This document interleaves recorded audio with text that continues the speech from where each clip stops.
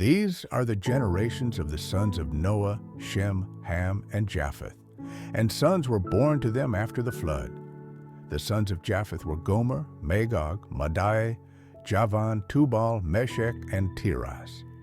The sons of Gomer were Ashkenaz, Riphath, and Togarmah. The sons of Javan were Elisha, Tarshish, Kittim, and Dodanim.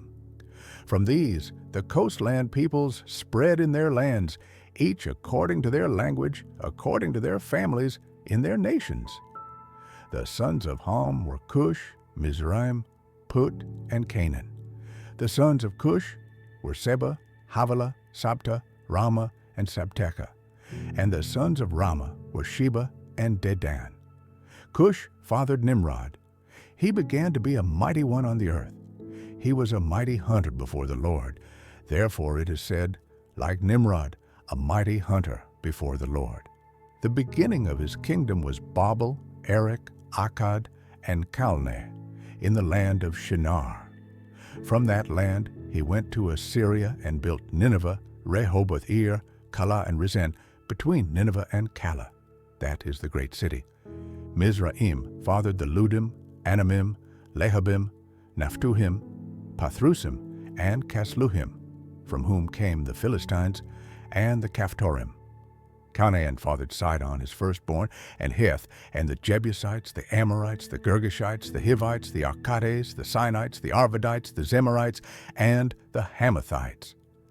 And afterward, the clans of the Canaanites spread abroad. The territory of the Canaanites extended from Sidon toward Gerar as far as Gaza, and toward Sodom, Gomorrah, Admah, and Zeboim, as far as Lasha. These are the sons of Ham, according to their families, according to their languages, in their lands and in their nations. To Shem also were born children, the father of all the children of Eber, the elder brother of Japheth. The sons of Shem were Elam, Ashur, Arpachshad, Lud, and Aram. The sons of Aram were Uz, Hul, Gether, and Mash. Arpachshad fathered Shelah, and Shelah fathered Eber. To Eber were born 2 sons. The name of one was Peleg, for in his days the earth was divided, and his brother's name was Joktan. Joktan fathered Almodad, Sheleph, Hazarmaveth, Jerah, Hadaram, Uzal, Diklah, Obal, Abimael, Sheba, Ophir, Havilah, and Jobab. All these were the sons of Joktan. Their dwelling extended from Mesha toward Sephar, the eastern hill country. These are the sons of Shem, according to their families, according to their languages, in their lands, according to their nations. These are the families of the sons of Noah, according to their generations, in their nations. And from these the nations were divided on the earth after the flood. The whole earth had one language and one speech. As they journeyed from the east, they found a plain in the land of Shinar, and settled there. They said to one another, "Come, let us make bricks, and burn them thoroughly." And they had brick for stone, and bitumen for mortar. They said, "Come, let us build ourselves a city and a tower, whose top may reach the heavens. And let us make a name for ourselves, lest we be scattered over the face of the whole earth." The Lord came down to see the city and the tower, which the children of men had built. The Lord said, "Behold, the people are one, and they all have one language, and this is what they begin to do. Now nothing they propose to do will be withheld from them. Come, let us go down and confuse their language, so that they may not understand one another's speech." So the Lord scattered them from there over the face of all the earth, and they ceased building the city.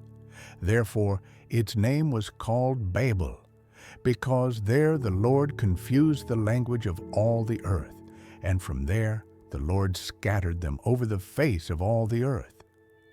These are the generations of Shem. Shem was 100 years old, and fathered Arpachshad 2 years after the flood. Shem lived 500 years after he fathered Arpachshad, and he fathered sons and daughters. Arpachshad lived 35 years and fathered Shelah. Arpachshad lived 403 years after he fathered Shelah, and he fathered sons and daughters. Shelah lived 30 years and fathered Eber. Shelah lived 403 years after he fathered Eber, and he fathered sons and daughters.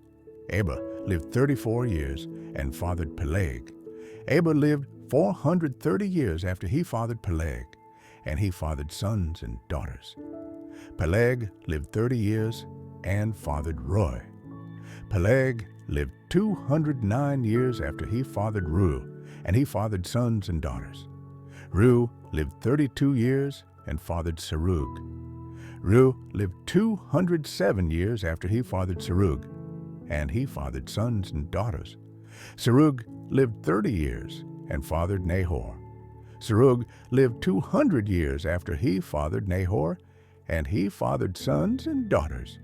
Nahor lived 29 years and fathered Terah. Nahor lived 119 years after he fathered Terah, and he fathered sons and daughters. Terah lived 70 years and fathered Abram, Nahor, and Haran. These are the generations of Terah. Terah fathered Abram, Nahor, and Haran fathered Lot. Haran died before his father Terah in the land of his birth, in Ur of the Chaldeans. Abram and Nahor took wives. The name of Abram's wife was Sarai, and the name of Nahor's wife was Milcah, daughter of Haran, father of Milcah and Iscah. Sarai was barren. She had no child. Terah took Abram his son, Lot, the son of Haran, his grandson, and Sarai his daughter-in-law, the wife of Abram his son.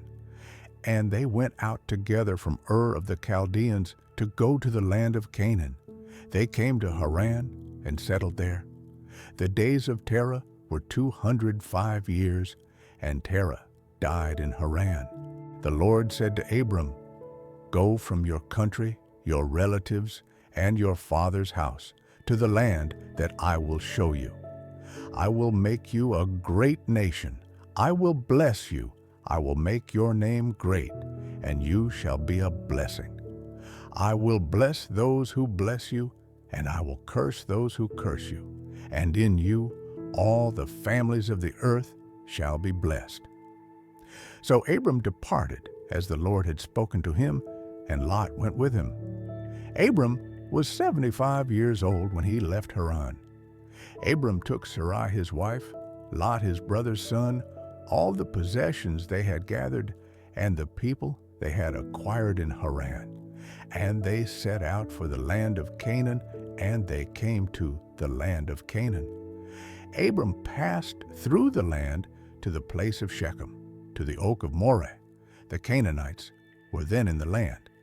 The Lord appeared to Abram and said, "To your descendants I will give this land." So he built an altar there to the Lord who had appeared to him. He moved from there to the mountain east of Bethel and pitched his tent, with Bethel on the west and Ai on the east. And he built an altar to the Lord and called on the name of the Lord.